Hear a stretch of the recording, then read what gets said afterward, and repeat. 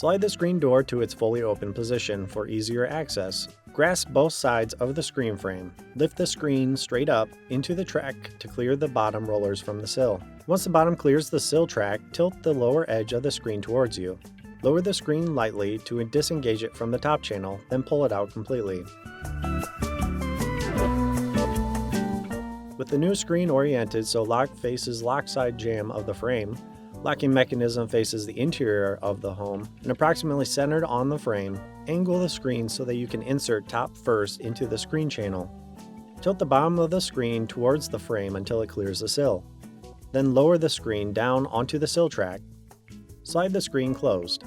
With the screen installed, adjust each roller to ensure that the patio door screen fits plumb and level in the frame. Turn the adjustment screws located on the top and the bottom of the screen. Turning counterclockwise to raise the screen, and clockwise to lower the screen.